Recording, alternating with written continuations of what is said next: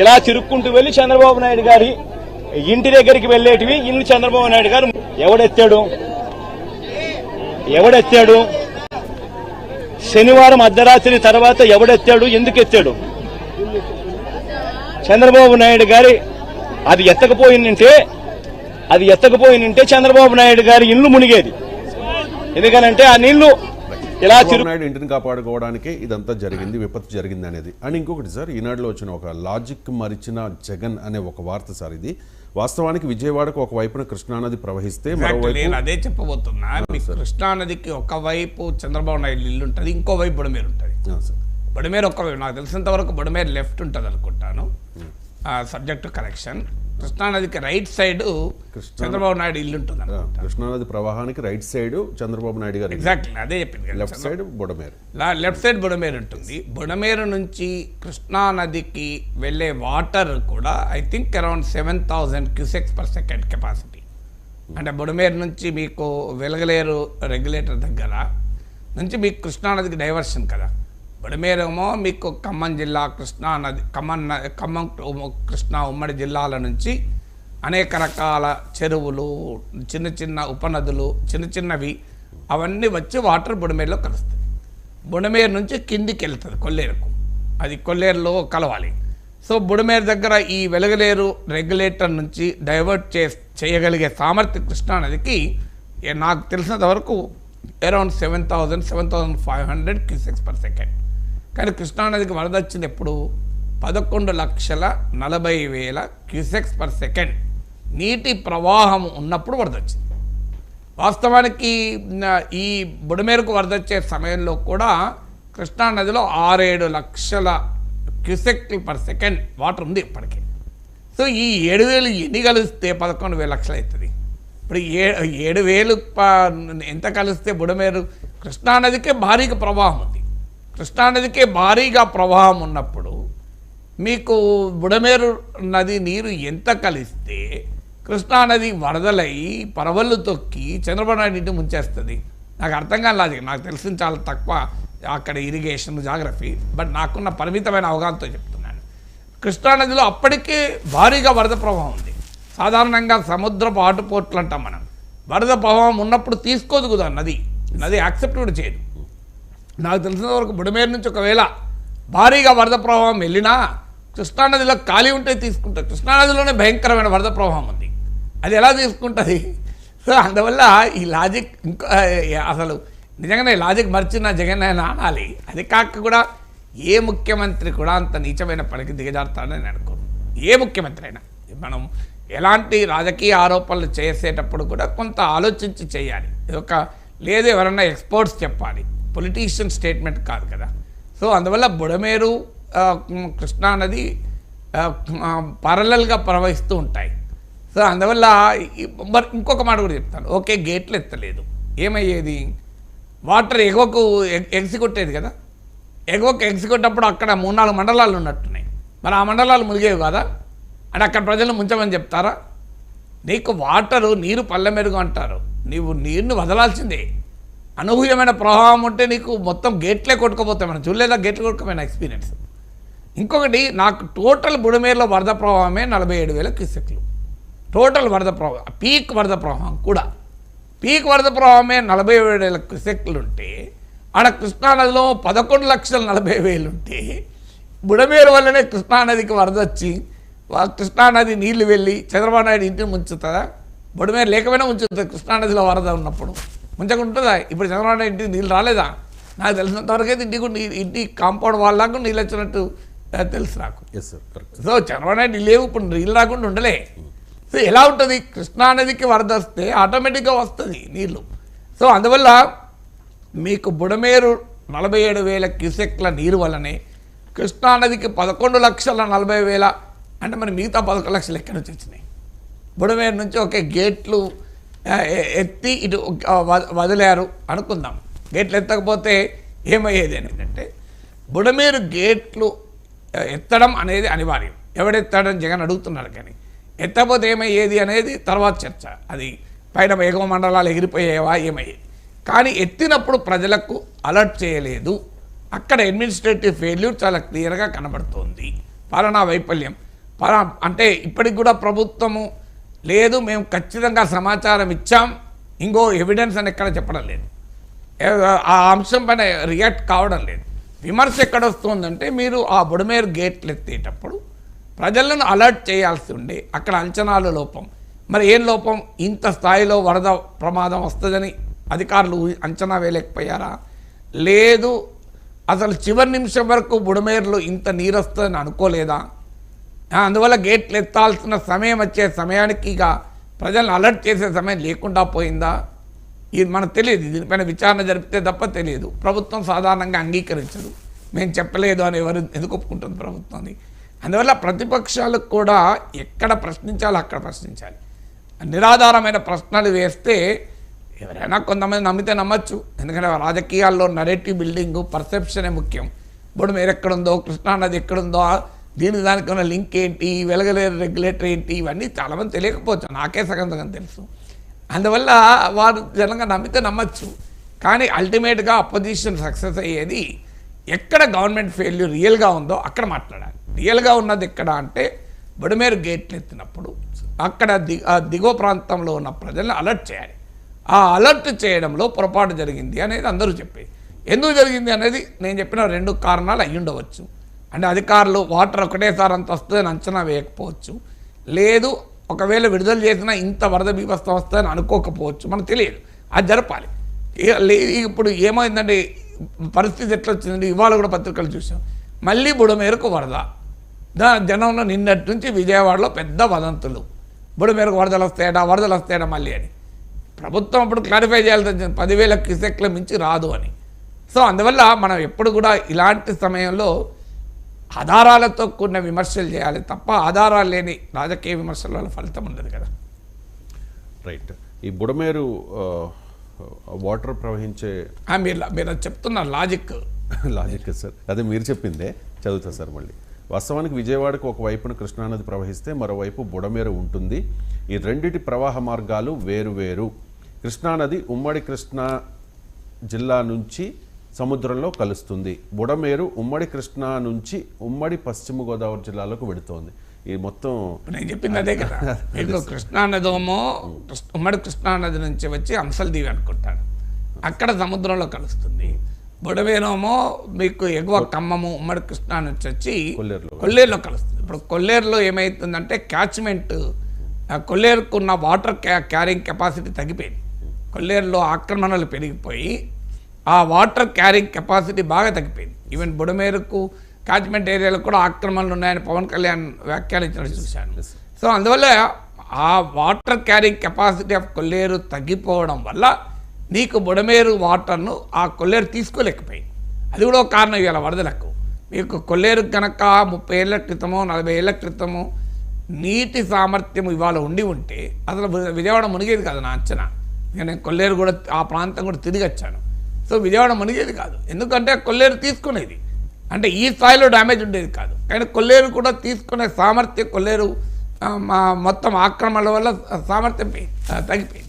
అందువల్ల నేను ఇంతకుముందు చెప్పింది అదే. ఇప్పుడు కృష్ణానది బుడమేరు వేరువేరుగా ప్రవహిస్తాయి, ప్రవాహ మార్గాలు వేరు. బుడమేరు నుంచి కృష్ణానదికి సెకండ్కి 7,000 క్యూసెక్లు మాత్రమే డైవర్ట్ చేసేది.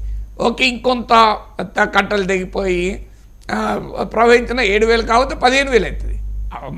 అంటే ఆ ఫార్మల్ ఛానల్ ద్వారా 7,500 క్యూసెక్లు డైవర్ట్ చేయొచ్చు. లేదు కొన్ని వరదలు వచ్చినప్పుడు ఏమైతుందంటే ఈ ఫార్మల్ ఛానల్తో సంబంధం లేదు, ఎక్కడికక్కడ తెగిపోయి కూడా వాటర్ వెళ్ళిపోతుంది కృష్ణని. అట్లా అనుకున్నా కూడా 15,000 అవుతుంది. మొత్తం బుడమేరుకి వచ్చిన వరదే 47,000 క్యూసెక్లు. అక్కడ కృష్ణానదికి 11,40,000 క్యూసెక్లు వచ్చిన తర్వాత కృష్ణానది వరదలు వచ్చాయి. కృష్ణానదికి ఒక 10 లక్షల క్యూసెక్ల వరకు ఏమీ కాదు, మీకు 6-7 లక్షల క్యూసెక్లది దాని కెపాసిటీ ప్రకాశం బ్యారేజ్ది. అందువల్ల ఎక్కడ 47,000 క్యూసెక్లు బుడమేరుకు వచ్చిన వరద, ఎక్కడ 10 లక్షల క్యూసెక్లు కృష్ణానదికి వరదలకు బుడమేరు కారణం ఎట్లయితే సాధ్యం ఎట్లయితుంది? Right sir. And deputy CM Pawan Kalyan comment చేశారు సార్, ఈ విపత్తుకు బుడమేరు ఆక్రమణలే కారణం. సో హైడ్రా తరహా ఆపరేషన్ ఆంధ్రాలో కూడా అంటే ఆక్రమణలు ఉన్న చోట మేము స్టార్ట్ చేయబోతూ ఉన్నాం. అండ్ హైడ్రా ఒక మంచి ఆపరేషన్ అంటూ రేవంత్ రెడ్డి చేసిన ఈ పనిని అభినందిస్తూ ఉన్నారు సార్. అండ్ ఇక్కడ చాలామందికి వచ్చే డౌట్, భారతీయ జనతా పార్టీ జనసేన పార్టీకి మిత్రపక్షంగా ఉంది. తెలంగాణలో భారతీయ జనతా పార్టీ నాయకులు హైడ్రాను అపోజ్ చేస్తున్నారు, ఎస్పెషల్లీ ఈటెల రాజేందర్. కానీ పవన్ కళ్యాణ్ ప్రశంసిస్తూ ఉన్నారు. పవన్ కళ్యాణ్ ఈ హైడ్రా మీద ఏం మాట్లాడారు ఒకసారి బయట? అంటే ఇది హైడ్రా, మనకి హైడ్రా లాంటి వ్యవస్థ ఇప్పుడు ఒకటి prevention is better than cure కదండి. అని ప్రతిసారి ఏం చేస్తాం మనం, వైలేషన్స్ జరిగే వరకు మనందరం వెయిట్ చేసేది. మనందరికీ నేను మాట్లాడినప్పుడు కూడా బ్లైండ్గా వైసీపీ చేసేసింది వాళ్ళు వీళ్ళు చేసి మేమే మాట్లాడలా. అట్లీస్ట్ మీరు వచ్చి కరెక్ట్ చేయాలి కదా. నిన్న మాట్లాడింది అందుకే it will become a social issue అని చెప్పాను. చాలామంది ఆర్థిక పరిస్థితులు చిన్న భిన్నం అయిపోతాయి. అలాంటి వాళ్ళకి ఏం చెప్పాలి ముందే, ఇది చాలా స్ట్రిక్ట్ గైడ్లైన్స్. అందుకనే bureaucracy should be extremely alert and powerful. వాళ్ళ బాధ్యత వాళ్ళు నిర్వర్తించాలి. అందుకని ఇప్పుడు రేవంత్ రెడ్డి గారు ముఖ్యమంత్రి వచ్చి ఇప్పుడు ఏమంటారు, కొట్టేస్తూ ఉంటారు. ఆయన చేస్తున్నారు రైటే. సో వాళ్ళకు కూడా ఇబ్బంది, అంటే మాకు కూడా భవిష్యత్తులో అందుకే ఇప్పుడు నేను కరెక్ట్ చేయాలనేది మేము చాలా నిబద్ధత అనుకున్నాం. సో అందుకని ఎలా చేయాలనేది మీకు తెలియజేస్తాం. మనం అందరం ఇన్ఫర్మేషన్ షేరింగ్ చేసుకుంటాం ఖచ్చితంగా మీతో. ఇప్పుడు పవన్ కళ్యాణ్ మీద నా మీద నేను హైడ్రా పైన మాట్లాడింది కూడా సేమ్ పవన్ కళ్యాణ్ మాట్లాడాడు. ఇంకా ఆయన ఇంకెక్కువ మాట్లాడు, స్ట్రిక్ట్గా ఉండాలి, బ్యూరోక్రాట్లు పవర్ఫుల్గా ఉండాలి అన్నాడు. నేను ఇంకా ఆయన ఇంకా గట్టిగా నాకన్నా గట్టిగా చెప్పాడు. నన్ను మరి భుజాన మోస్తున్నాడు రేవంత్ రెడ్డిని. రేవంత్ రెడ్డి చాలా గొప్పోడు అంటున్నాడు. మరి పవన్ కళ్యాణ్ కూడా గొప్పోడు అంటున్నాడు రేవంత్ రెడ్డిని. పవన్ కళ్యాణ్ జనసేన ఎన్డీఏలో భాగస్వామి, మరి రేవంత్ రెడ్డి కాంగ్రెస్ ముఖ్యమంత్రి. అంటే ఒక మంచి పని అన్నప్పుడు ఎవరికైనా మంచి పనే కదా, అది వేరే ఉండదు కదా. ఇప్పుడు దీన్ని ఏమంటారు, వాటర్ బాటిల్ అంటారు. బీజేపీ వాళ్ళకైనా ఇది వాటర్ బాటిలే, కాంగ్రెస్ వాళ్ళకైనా వాటర్ బాటిలే, కమ్యూనిస్టులకైనా వాటర్ బాటిలే కదా. లేదు ఇది వాటర్ బాటిల్ కాదు వుడెన్ బాక్స్ అవుతుందా ఓ పార్టీ వాళ్ళకు? నాకు అర్థం కాదు. చూడండి, వాటర్ బాటిల్ అన్నందుకు నాగేశ్వర్ వాటర్ బాటిల్ అని, రేవంత్ రెడ్డి వాటర్ బాటిల్ అన్నాక నేను అన్నాను అనుకో ఈ వాటర్ బాటిల్ అని. రేవంత్ రెడ్డి భుజాన మోస్తున్నాడు అంటే నేనేం చేయాలి? రేవంత్ రెడ్డి అన్నా నేనన్నా ఇది వాటర్ బాటిలే. అందువల్ల హైడ్రా పైన ఆపరేషన్ పైన నేను చాలా స్పష్టంగా చాలాసార్లు చెప్పాను. పేద మధ్యతరగతి వారిని మానవీయ కోణంతో చూడాలి. సో ఇక విలాసవంతమైన వాటి కొరకు వ్యాపార వాణిజ్య దృష్టితో అడ్డగోలుగా ఆక్రమణలు చేసిన వారిపైన కఠినంగా ఉండాలి. ఈ మాట అన్నందుకు చాలామంది కోపం వస్తుంది. ట్రోల్ కాదు, బెదిరింపులు కూడా ఇస్తున్నారు. ఎందుకు అంటే మొన్న ఎవరో కాల్ చేసినట్టున్నారు కదా సార్. అదే ఇలా అన్ని రకాల వాళ్ళు ఉన్నారు. నేను వీటికి భయపడేంత వాడిని కాదనుకోండి, చాలా చాలా అనుభవాలు ఉన్నాయి. కానీ చెప్తున్నా, అసలు నేను ఏం తప్పు చేశాను, ఏం పాపం చేశాను, పేద మధ్యతరగతి ప్రజలకు నష్టం జరగద్దు అని ఇంత క్లియర్గా అన్నాను. నేను హైడ్రా కమిషనర్ రంగనాథ్ ఇంటర్వ్యూలో ఆ ప్రశ్న అడిగాను. ఆ ప్రశ్న అడిగి ఆయనతోనే చెప్పించాను, మేము 100% ముట్టుకోము అని. కానీ ఈ ఆక్రమణల పైన పడితే నా మీద పడుతున్నారు. అది కూడా విచిత్రం ఏంటంటే, కొట్లాడాల్సింది రేవంత్ రెడ్డి మీద కాదు, నా మీద కొట్లాడుతున్నారు. ఇప్పుడు హైడ్రా ఆపరేషన్ చేయిస్తున్నది రేవంత్ రెడ్డి కదా, నేను కాదు కదా. అంటే నాగేశ్వర్ అనేవాడు ఒక బలమైన ప్రజాభిప్రాయాన్ని హైడ్రాకు అనుకూలంగా నిర్మిస్తున్నాడని నా మీద ఆరోపణ. నాకు ఫోన్ చేసిన వాళ్ళు అదే అంటారు, ఏం నువ్వు చేయబట్టి రేవంత్ రెడ్డి ఇంకా గట్టిగా అంటాడు, కూల్చుతా అంటాడు, నువ్వు పబ్లిక్ ఒపీనియన్ క్రియేట్ చేస్తాను అంటాడు. మరి ఇలా పవన్ కళ్యాణ్ అన్నాడే, పవన్ కళ్యాణ్ నాకన్నా 100,000 రెట్లు ఎక్కువ ప్రజాభిప్రాయాన్ని క్రియేట్ చేయగలిగేవారు కదా. పవన్ కళ్యాణ్కు ఉన్న సామర్థ్యంలో నేనెంత? మరి ఇప్పుడు పవన్ కళ్యాణ్ ఏమంటారు చెప్పండి? నాగబాబు ఇంతకుముందే ట్వీట్ చేశాడు 2 రోజుల క్రితమే, ఇవాళ సాక్షాత్తు ఎన్డీఏ ప్రభుత్వంలో ఉప ముఖ్యమంత్రి, బీజేపీకి చాలా సన్నిహిత మిత్రపక్షం.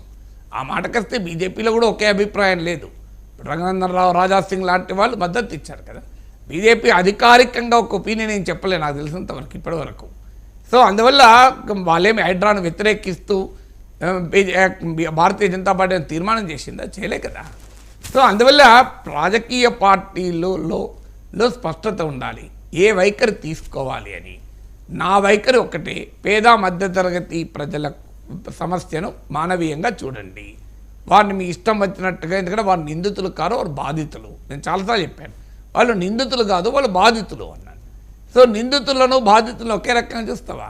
కానీ గండిపేటలోకి, హిమాయత్ సాగర్లోకి పెద్ద పెద్ద ఫామ్ హౌజులు కట్టుకొని అందులోకి తమ వ్యర్థ పదార్థాలు, విసర్జిత పదార్థాలు వదిలేస్తున్న వారిని క్షమించాలి అంటే అది అమానుష్యం కదా.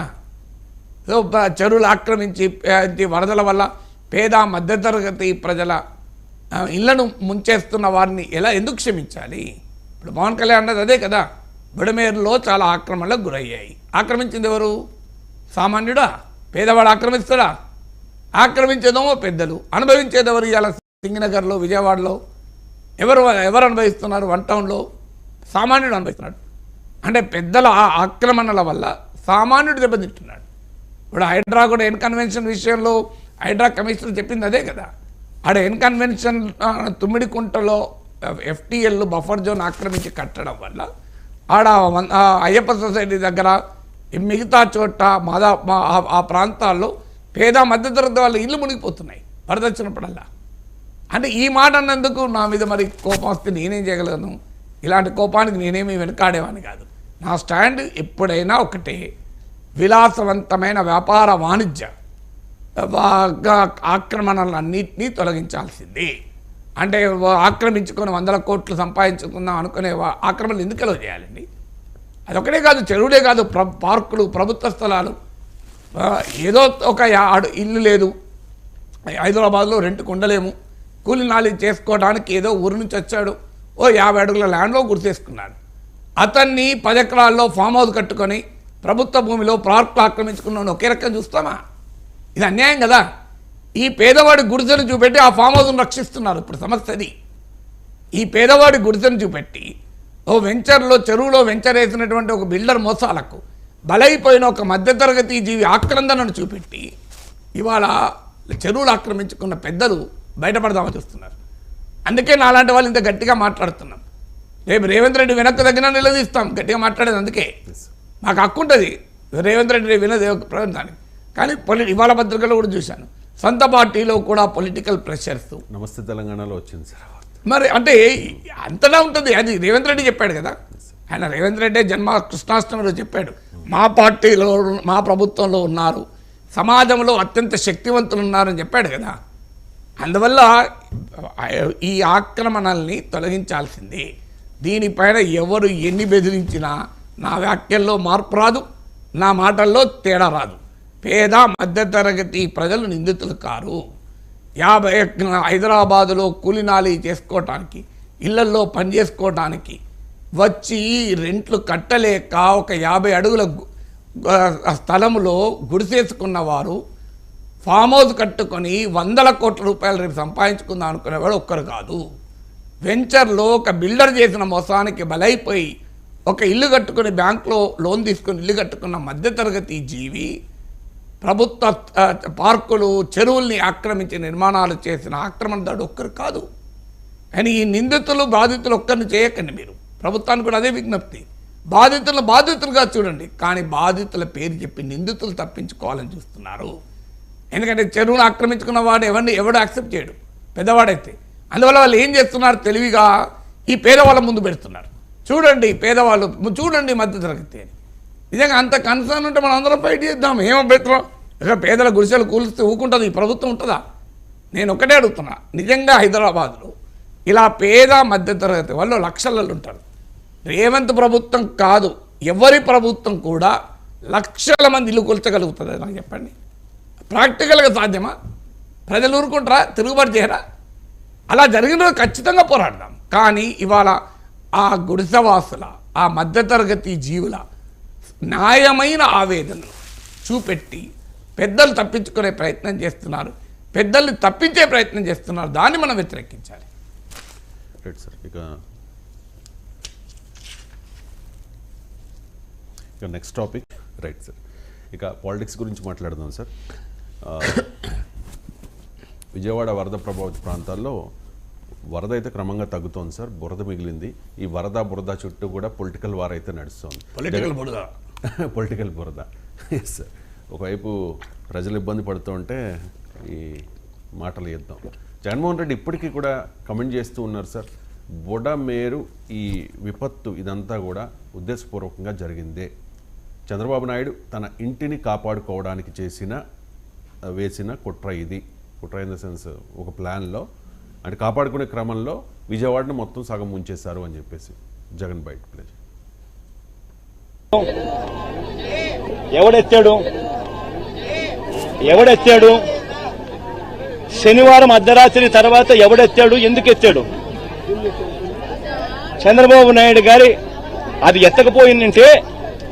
ఎత్తకపోయిందంటే చంద్రబాబు నాయుడు గారి ఇల్లు మునిగేది.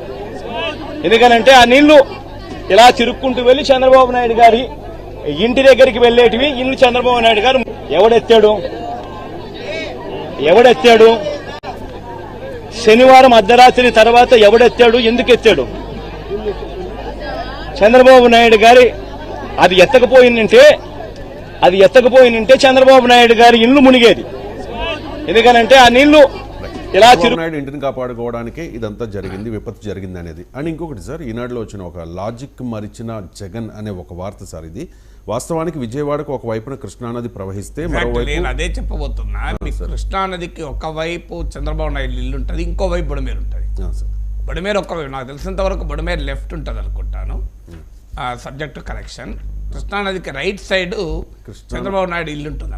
కృష్ణానది ప్రవాహానికి రైట్ సైడ్ చంద్రబాబు నాయుడు గారు, ఎగ్జాక్ట్లీ అదే చెప్పింది. Left side Budameru, left side Budameru ఉంటుంది. బుడమేరు నుంచి కృష్ణానదికి వెళ్ళే వాటర్ కూడా I think around 7,000 cusecs per second capacity.